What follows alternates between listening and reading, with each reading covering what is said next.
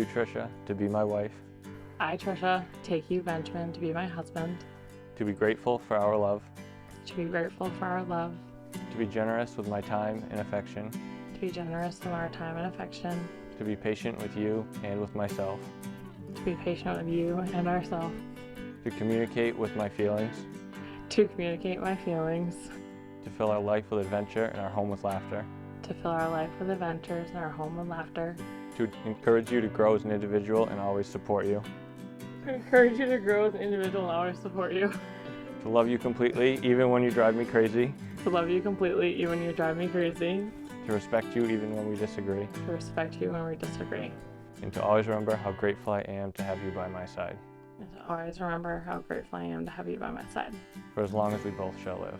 for as long as we both shall live. Benjamin, do you take Tricia to Zekas to be your lawfully wedded wife, to have and to hold from this day forward, for better and for worse, for richer and for poorer, in sickness and in health, to love and to cherish till death do you part? I do. Tricia, do you take Benjamin Sylvain to be your lawfully wedded husband, to have and to hold from this day forward, for better and for worse, for richer and for poorer, in sickness and in health, to love and to cherish till death do you part? I do.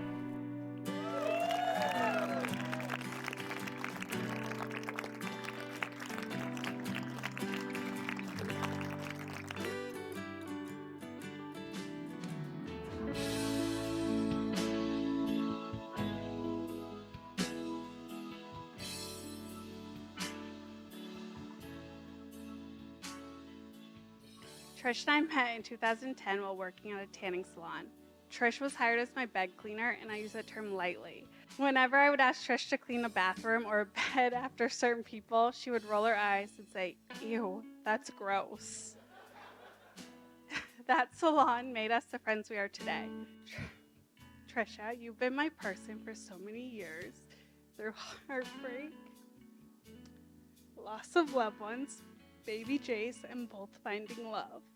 I never thought the day would come I'd have to share you with someone else. But after the first date, when Ben cooked Jace the most amazing steak, we knew he was the one for you. Ben, that steak won you the title Uncle Ben. I want to thank you for always being you.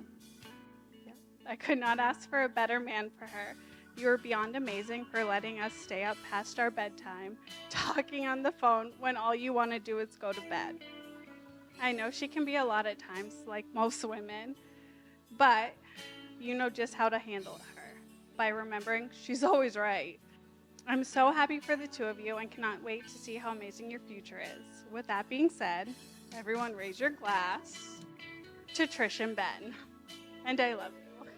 I first became friends with Trish when I was 12 years old, which seems like yesterday, but really was 15 years ago.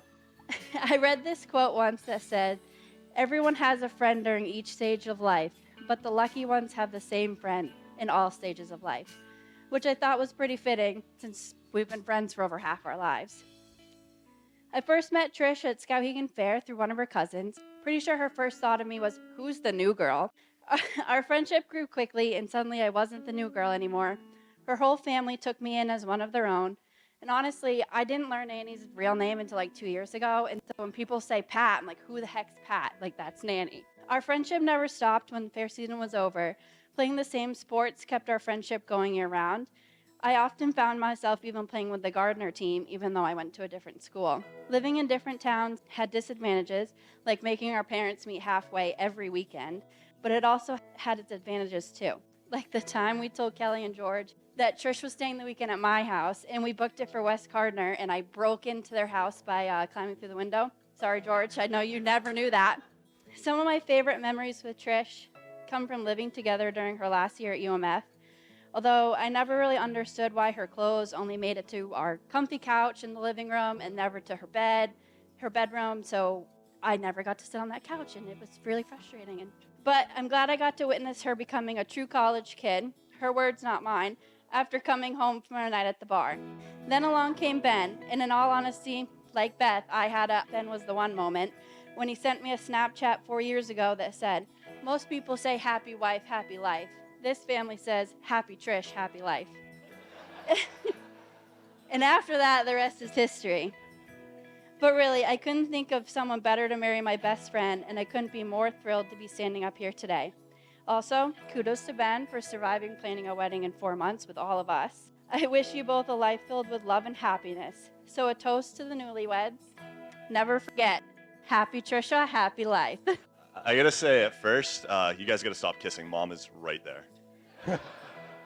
I promised my mother I wouldn't be too mean to my brother, but my brother also promised her that he was in the library in college. So I gotta say, I'm really glad we're not wearing hats so we can see which brother has the better hairline in the family, despite numerous Bosley ads that my brother has kindly sent me throughout the years.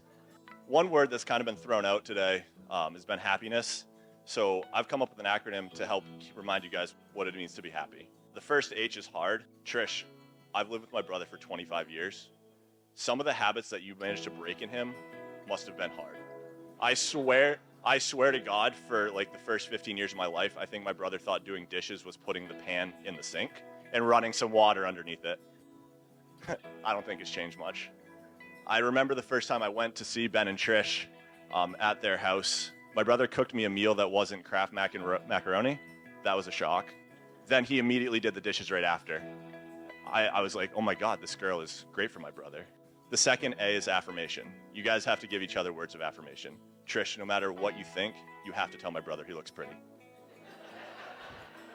He consistently needs to hear that. Ben, you have to say the same thing. It means a little bit more when it's coming from you, though. This first P is patience.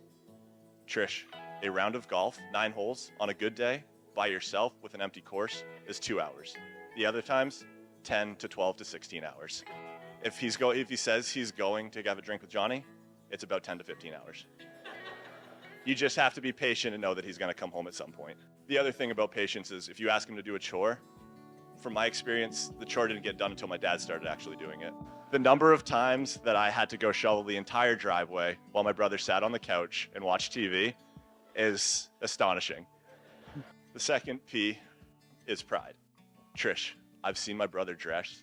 You have to be some proud to take him out in public. The number of times I've seen him wear some shorts with a pair of hiking boots and some mid-calves and a shirt that's probably a size too small, and he thinks it looks good. I can't believe that you're willingly allowed to go out in public like that. The last letter is Y, and it's the most important, Ben. Look at me. Here, eyes up here.